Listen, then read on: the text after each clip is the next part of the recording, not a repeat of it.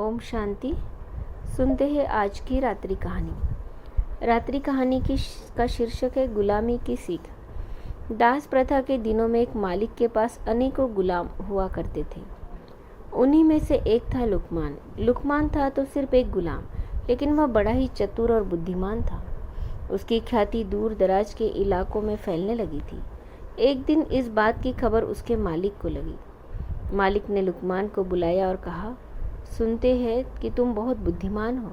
मैं तुम्हारी बुद्धिमानी की परीक्षा लेना चाहता हूँ। अगर तुम इम्तिहान में पास हो गए तो तुम्हें गुलामी से छुट्टी दे दी जाएगी। अच्छा, जाओ और एक मरे हुए बकरे को काटो और उसका जो हिस्सा बढ़िया हो उसे ले आओ। लुकमान ने आदेश का पालन किया और मरे हुए बकरे की जीभ लाकर मालिक के सामने रख दी। कारण पूछने पर कहा कि जीभ ही क्यों लाया? लुकमान ने कहा, अगर शरीर में जीभ अच्छी हो तो सब कुछ अच्छा ही अच्छा होता है। मालिक ने आदेश देते हुए फिर कहा, अच्छा, इसे उठा ले जाओ और अब बकरे का जो हिस्सा बुरा है उसे ले जाओ। लुकमान बाहर गया, लेकिन थोड़ी ही देर में उसने उसी जीभ को लाकर मालिक के सामने फिर रख दिया। फिर से कारण पूछने पर लुकमान ने कहा, अगर शरीर में जीभ अच्छी नहीं तो सब बुरा ही बुरा है। उसने आगे कहते हुए कहा, मालिक, वाणी तो सभी के पास जन्मजात होती है, परंतु बोलना किसी किसी को ही आता है। क्या बोले, कैसे शब्द बोले, कब बोले, इस एक कला को बहुत ही कम लोग जानते हैं। एक बात से प्रेम झरता है और दूसरी बात से झगड़ा होता है।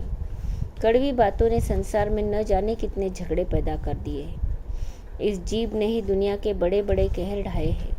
जीभ 3 इंच का वो होशियार है जिसे कोई 6 फीट के आदमी को भी मार सकता है और कोई मरते हुए इंसान में भी प्राण फूंक सकता है।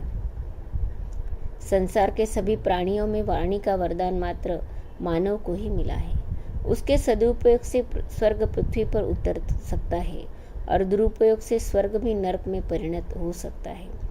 भारत के विनाशकारी महाभारत का युद्ध वाणी के गलत प्रयोग का ही परिणाम था। मालिक लुकमान की बुद्धिमानी और चतुराई भरी बातों को सुनकर बहुत खुश हुए।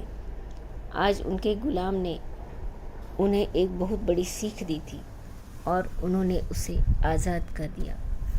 इससे शिक्षा मिलती है, मधुर वाणी एक वरदान है जो हमें लोकप्रिय बनाता है। वही कर्कश या तीखी बोली हमें अपयश दिलाती है। अपने दिल का प्रतिबिंब अपनी वाणी है, इसलिए उसे अच्छा ही होना चाहिए।